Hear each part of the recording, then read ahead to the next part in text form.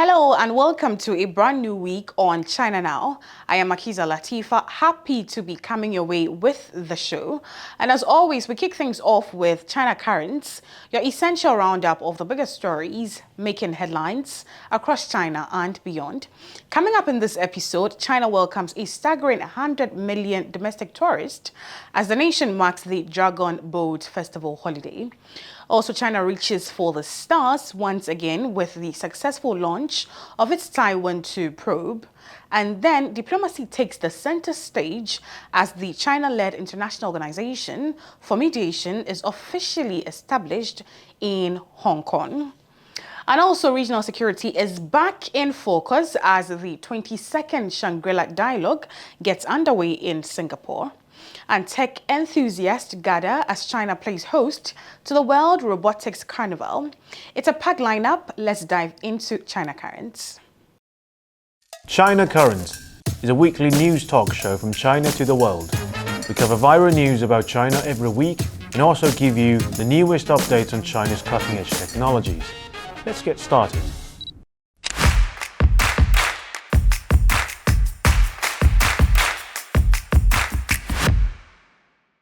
Welcome to China Currents, your weekly news report on the latest developments in China.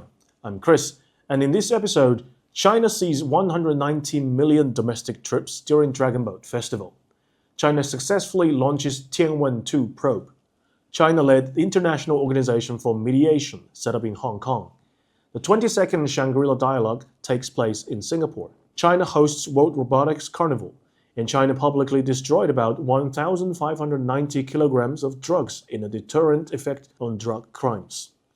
First, the recently concluded Dragon Boat Festival was a lively holiday in China, with the tourism industry experiencing a strong growth spurt.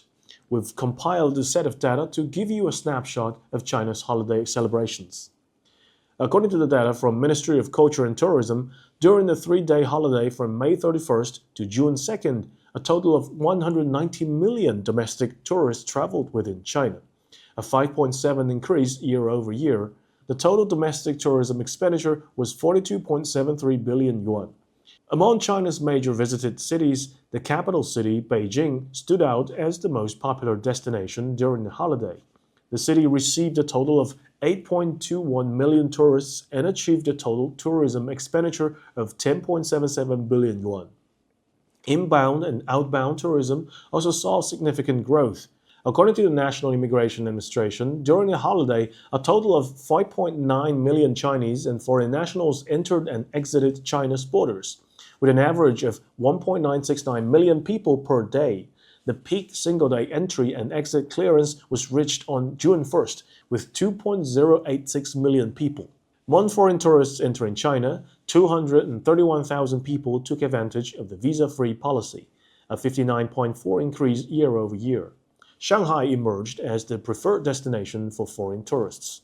Notably, from June 1st, China began to implement a unilateral visa-free policy for ordinary passport holders from 5 South American countries, including Brazil, Argentina, Chile, Peru, and Uruguay. The visa-free policy has now been extended to 43 countries in Asia, Europe, and South America. China is expected to welcome more foreign tourists in the future. For those who didn't travel, they still enjoyed the holiday by shopping online. According to the State Post Bureau, China's parcel delivery sector handled 1.511 billion parcels in 3 days. The People's Bank of China released data showing that during the holiday, UnionPay and NetsUnion processed a total of 14.05 billion payment transactions, with a total value of 4.8 trillion yuan. People were able to celebrate the holiday without leaving their cities, thanks to online shopping. Next, China's Tianwen-2 probe lifts off from Xichang Satellite Launch Center atop a Long March 3B rocket on 29 May 2025. This marked the beginning of China's first asteroid exploration and sampling return journey. The primary goal of the Tianwen-2 is to explore and sample the asteroid 2016 HO3, which is one of the Earth's quasi-satellites. The samples collected will provide crucial references for scientists to study the origin and evolution of the solar system. Tianwen-2 is expected to return to Earth by the end of 2027 and complete sample recovery. If successful, China will become the third country after Japan and the United States to retrieve pristine material from an asteroid. After completing its mission at 2016 HO3, Tianwen-2 will proceed to its next destination, the main belt comet 311P, to conduct scientific exploration. Comet 311P is a small celestial body in the asteroid belt between Mars and Jupiter's orbit. Studying it will help scientists understand the structure and evolution mechanisms of small solar system bodies. It is estimated that Tianwen-2 will take about 7 years to complete this task. According to Yang Yuguang, chairman of the International Astronautical Federation's Space Transportation Committee, the Tianwen-2 mission will significantly enhance China's autonomy and intelligence in deep space exploration, laying the foundation for subsequent Mars sampling return missions and even more distant Jupiter system exploration. Next up, on May 30th, 2025, the signing ceremony of the Convention on the Establishment of the International Organization for Mediation successfully held in Hong Kong. Chinese Foreign Minister Wang Yi attended the ceremony and delivered a speech. Approximately 400 high-level representatives from 85 countries across Asia, Africa, Latin America, and Europe, as well as nearly 20 international organizations, attended the event. 33 countries signed the convention on site, becoming founding member states. IOMED was initiated by the Chinese government in February 2023. It is the world's first intergovernmental international legal organization dedicated to resolving international disputes through mediation. Its functional status is comparable to that of the International Court of Justice and the Permanent Court of Arbitration in The Hague, Netherlands. Wang Yi noted that the IOMED embodies the purpose and principles of UN Charter and will fill a gap in international mediation mechanisms. The decision to base the IOMED headquarters in Hong Kong carries significance. First, Hong Kong's return to China itself stands as a successful example of peaceful international dispute resolution. Additionally, Hong Kong uniquely blends the advantages of both common law and civil law systems, being the world's only jurisdiction practicing bilingual common law. It boasts a deep pool of international legal professionals, making it an ideal hub for international mediation. This isn't China's first peace effort. In recent years, China has consistently contributed its wisdom to resolving global conflicts, from facilitating historic reconciliation between Saudi Arabia and Iran in Beijing, to brokering the Beijing Declaration among Palestinian factions, from advocating for a peaceful resolution to the Ukraine crisis, to spearheading the IOMED Convention. These efforts reflect the Chinese cultural ethos of harmony is to be prized. Moving on, from May 30th to June 1st, the 22nd Shangrila Dialogue was held in Singapore. Over 550 representatives from defense and security agencies of 47 countries and regions attended the dialogue. The Shangri-La Dialogue is the largest defense and security forum in the Asia-Pacific region and an international security forum led by Western countries. Notably, China only sent a delegation from the National Defense University of the People's Liberation Army to attend this event. This marked the first time since 2019 that China's defense minister has not attended the Shangri-La Dialogue. Furthermore, it was the lowest-level Chinese delegation to participate in the dialogue in 6 years. The absence of China's defense minister sparked extensive media coverage and speculation in Western media. Zhou Bo, a senior fellow at the Center for International Security and Strategy at Tsinghua University, noted that historically, China has sent representatives of varying ranks to the Shangri-La Dialogue. What matters is that their participation demonstrates the PLA's openness to dialogue and friendship with all parties.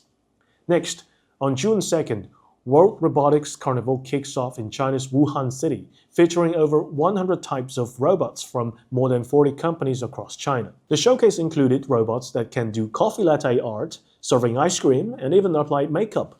People interacted with the robots to experience the charm of technology-empowered life. Humanoid robots are the key indicator of a country's advanced manufacturing capabilities and industrial competitiveness. China has been actively promoting the development and application of its robotics industry. Currently, multiple regions in China are accelerating their industrial layouts around humanoid robots. Over 10 local governments, including Beijing, Shanghai, Shenzhen, and Chongqing, have established or are preparing to establish industry funds. By 2026, the scale of China's humanoid robot industry will exceed 20 billion yuan, and by 2035, it will grow to around 300 billion yuan. According to Morgan Stanley's report, the Humanoid 100, mapping humanoid robot value chain, the top 100 listed companies in the global humanoid robot industry were identified with nearly 70% of them coming from China and the United States. China accounts for 36 of these companies, which cover core hardware components such as actuators, sensors, and batteries. Notably, China dominates the global humanoid robot supply chain, accounting for 63% of the market share. Moving on the morning of June 3rd, police in the southmost Chinese province of Hainan held a centralized destruction of drugs, publicly destroying approximately 1,590 kilograms of drugs and a deterrent effect on drug crimes. The drugs, including heroin, methamphetamine, ketamine, and new types of drugs represented by etomidate, as well as unregulated addictive substances seized in the drug cases concluded by courts in Hainan in recent years, were burned in an incinerator at a new energy power generating plant. June 3rd marks the 186th anniversary of the Humen opium destruction event. On June 3rd, 1839, Chinese official Lin Zexu destroyed over 1,000 tons of British opium in Humen, Guangdong, in an effort to halt the drug trade. His move was regarded as China's first battle against opium and also symbolized the determination of the Chinese government and people to resist drugs. Every year on June 3rd, local authorities across China spontaneously organize centralized destruction activities for drugs. These actions not only commemorate the history, but also serve as a determination in stepping up drug controls. China's stance on drugs is clear: zero intolerance. That's all for today. Thank you for watching this episode of China Currents. If you have any thoughts or comments, please leave them below. And see you next time. Thanks for the roundup on China currents. And now it's time for the Thinkers Forum, where we sit down with influential voices, shaping ideas and perspectives on China's place in the world. In this edition, we're joined by Professor Zhang Weiwei, the director of the China Institute at the Fudan University, a leading scholar and commentator on China's governance model and global role. He brings fresh insights into the nation's evolving philosophy on development, diplomacy, and international cooperation. Let's get started. 早上好. Thank you to the minister as well. I'm actually a Fudan University alumni. I studied at the School of Language and Culture, so I'm really excited today. It's a real treat. My question, you spoke a little bit about the cultural differences between China and South Africa in terms of our respective historical experiences. And it's interesting that you mentioned the years of humiliation that I guess China faced, over the years and over the, in past years, the opium wars and stuff like that when China lost face. And I think that's part of the reason I always say that China, I think, will stand its ground even in this trade war. And I noticed last week, I think one of the publications in Beijing actually quoted or referenced Chairman Mao's Unprotracted War, his essay, which kind of signals to me that there's a big encouragement in China about, just around national resilience to, the obvious coming, difficulties that are coming that will be obviously temporary that you'll work around. My question, and I focus specifically on society and societal morale in terms of development and poverty alleviation. I want to ask you, in terms of just the China development model, where does futures thinking and building future scenario fit in on a practical level at policy development phase, either national or implementation at a local level? And just that, part of China's success, I think, is attributed to the level of social cohesion and social order. And just how people understand that, where we're coming from, we don't want to, basically Chinese society does not want to revert to where they're coming from. And it's like, they're building themselves to be the great nation that they've always been told, that even along, Chairman Mao's dreams, what he felt China could become. But today's generation is growing up in, I think, excessively good times. In South Africa, I can compare it to the South context of children that were born after 1994, who we call born frees. And they kind of lack the context of the lived context of where we come from and the hard work that needs to happen now and the sacrifices that need to happen now so that we can actually build a better future. How does the current system work the current Chinese system work at a practical or societal level to ensure that this generation, there's a saying that how does it go? Hard times create strong men, and strong men create good times, or something along that line. You know the rest of it. So how does the Chinese system, in terms of, when you look at the future, 10, 20, 30 years down the line, how does the current system work to ensure that this current generation that is coming up now, that is being born now, does not become those proverbial weak men that the saying speaks of? And I think when you think of that, I think a lot of the South African conversations and the South African nuances, the younger generation completely misses. And so they don't have a developmental context when they view the state of our country and stuff like that. I just wanted to know how China views that and and how that fits into the general societal makeup and how the society is structured. I'm glad you are from Fudan as well, like Busani. He's also our alumni. Well, perhaps it's in a way in human nature. People tend to complain a lot about the young people. Always, in my generation, we are da da da da da. Your generation, no. But in the end, we find that each generation has its own strengths and weakness. Same with China. I remember for my parents, they will say, your generation is no hope. Revolution will be by your generation. No, it will be over. So Chairman Mao said all the young people must go to the countryside to be tempered, tested. So he wages cultural revolution. In the end, of course, the result was not that good. But then he found that each generation continue with certain parts of your own tradition. And then they have their own innovations, their own creativity. For instance, we in China today, we would say, those born after 1990 are the most confident generation. Because if you look at opinion surveys, about 40% of those born after 1940, they believe firmly China is already much powerful than United States. So it's a very confident. But before that, those born in 50, 60, 70, they're less self-confident, especially universities, etc. Yet you look at this, those born in the 1980s, that's DeepSeek generation. People did not realize, all of a sudden, they created DeepSeek. In Hangzhou alone, a city near Shanghai, they have 6 little dragons, 6 AI companies, which are doing extremely well by international standards in AI, robots, and other innovations. So each generation has their own strengths and weakness. So we don't need to worry too much about that. But it's important that, as the leading party, say ANC, we should be able to mobilize the people, especially the young people. The Chinese approach is what we call we try to shape overall national consensus on what we call how to translate, 最大公约数, the maximum social common denominator. Yeah, so people can agree upon, say, improve people's living standards. We live a better life.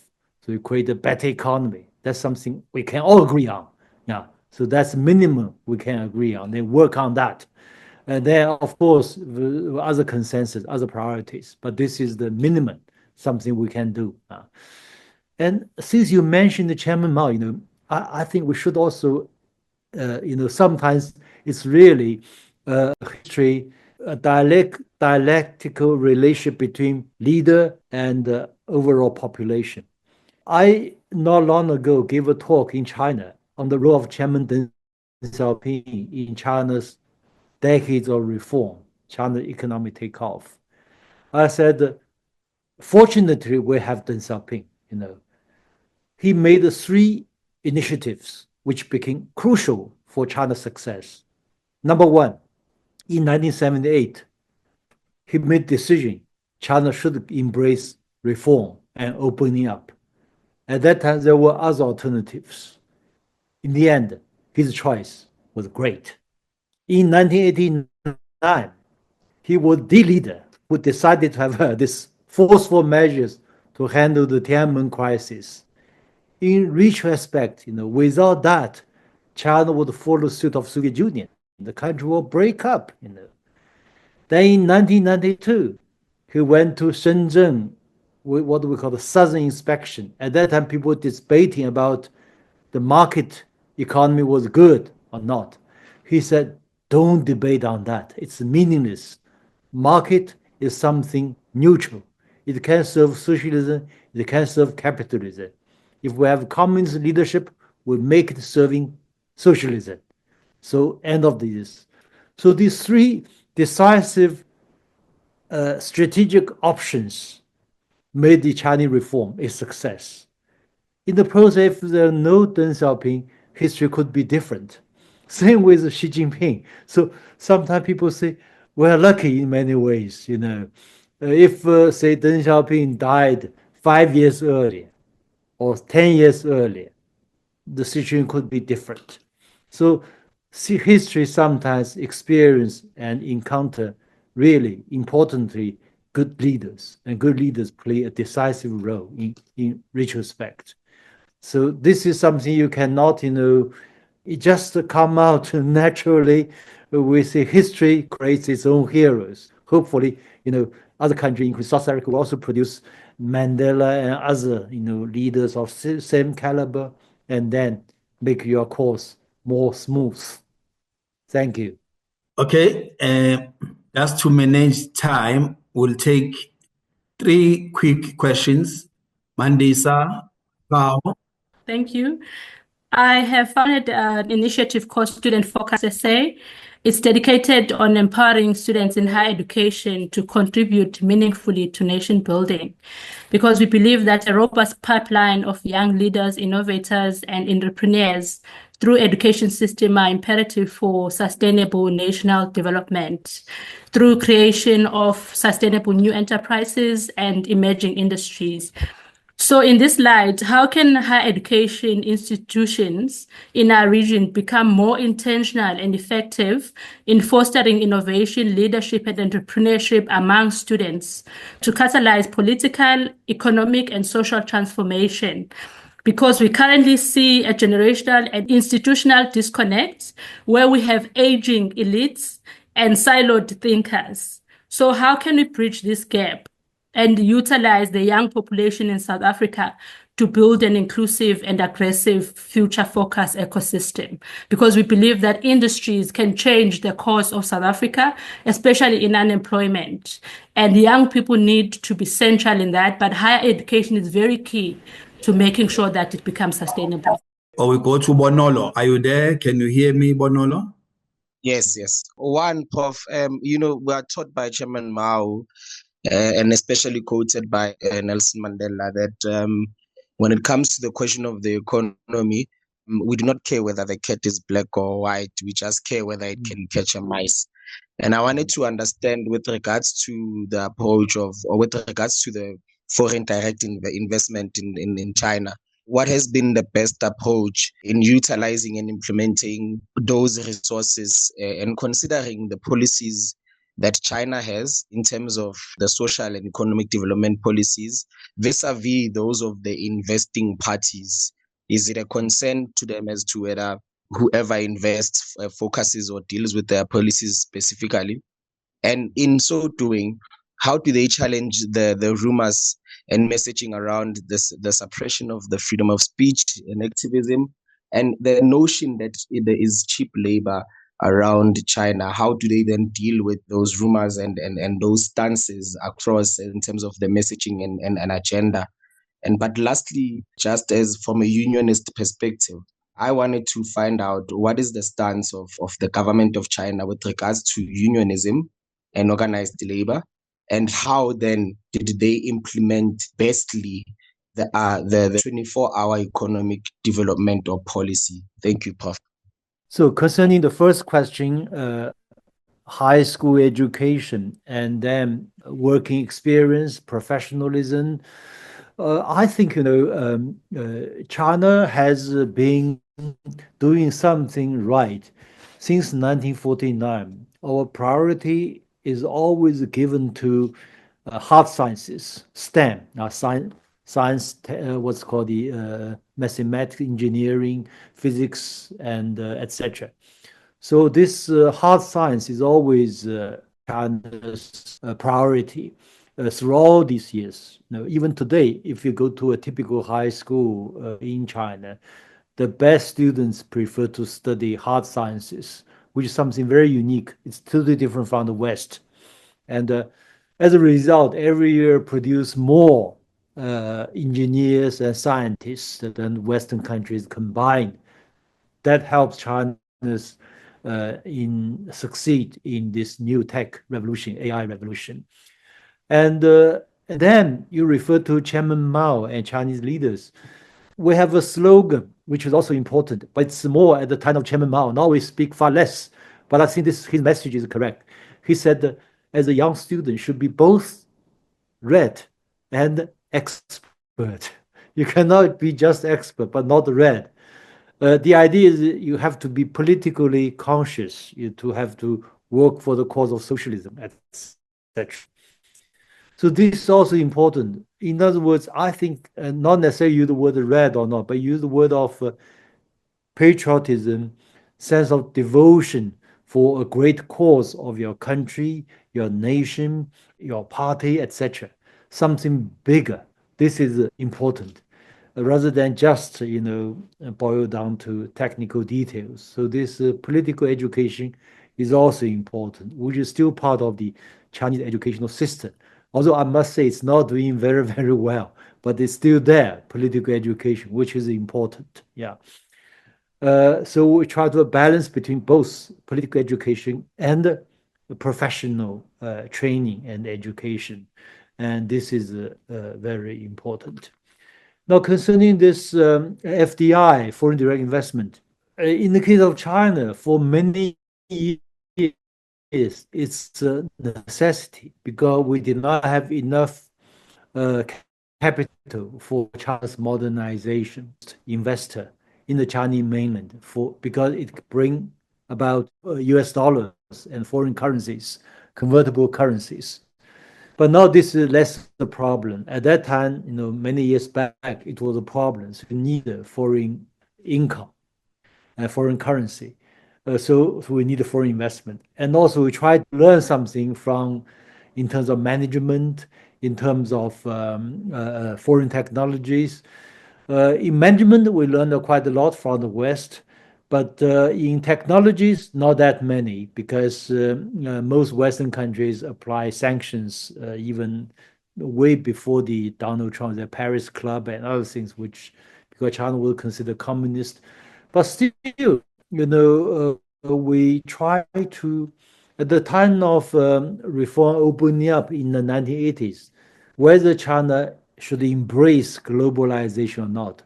Deng Xiaoping made a very important decision. He said globalization is inevitable, but we have to be selective. So we should try to maximize its benefits and minimize its effects.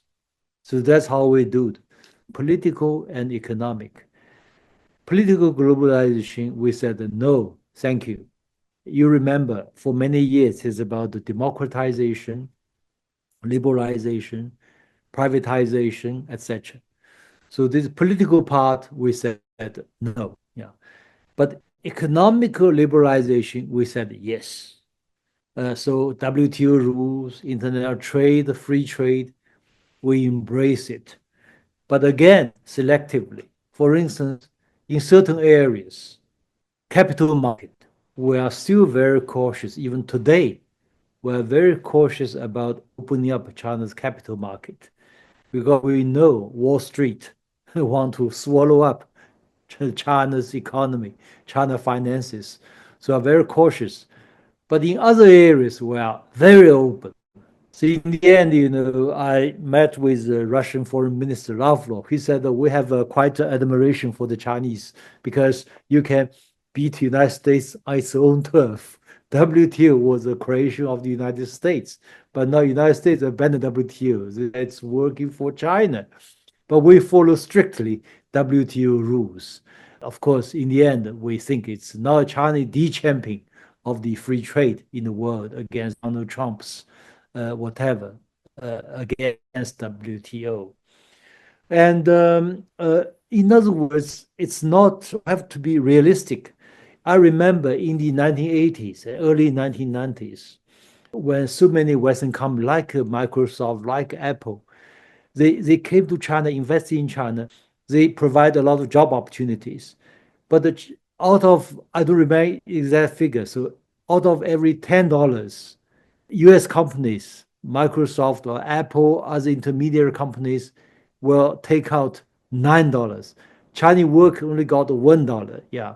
So this is roughly the proportion. But even at that time, Deng Xiaoping said, even with this $1, it's also important for China. First, it creates certain jobs. It makes improving people's living standards. And then, you can also learn something in terms of technology, in terms of management. So we have to go through that era, that period. But now, of course, China moves up in the value chain. That's also why Donald Trump and Biden launched a trade war, tech war against China. They will not allow China to move up in value chain, but we'll do that for sure. So this is a dialectic process. If you have a long-termism, the short-term over difficulties can be controlled, can be mastered. So this is something, the state capacity is very important. Otherwise, you cannot work on that. And concerning trade union, in the Chinese case, it's different. We reject the Western model. In the Western model, the union and management is somehow in even Europe, the unions are more what we call the became self a kind of in serving its own interests, but that's another story. In the case of China, it's very clear union is under the leadership of the Chinese Communist Party. And union plays the role of the interface between the management and workers. So they are not opposite to each other. They work between the two sides. So that's important. So I said in the case of Chinese model, social model, it's the interactions, positive interactions between the two sides. So this is very important. The state sector, management sector, and the private sector and social sector, they engage in interactions with each other. I think this is a better model than the Western model, American model, which pitting one side against the other side. So there's a social cohesion. I met with a Swiss friend yesterday. Switzerland also had this model. Union and management, they engage in consultations with each other. They try to find a consensus and solve their problems rather than confronting each other. So in the case of Switzerland, there are very few strikes, unlike in France, where strikes is so often, especially when you held Olympic Games, workers began to strike. And so the case of China is more similar to Switzerland. It's consultations, interface between the two sides.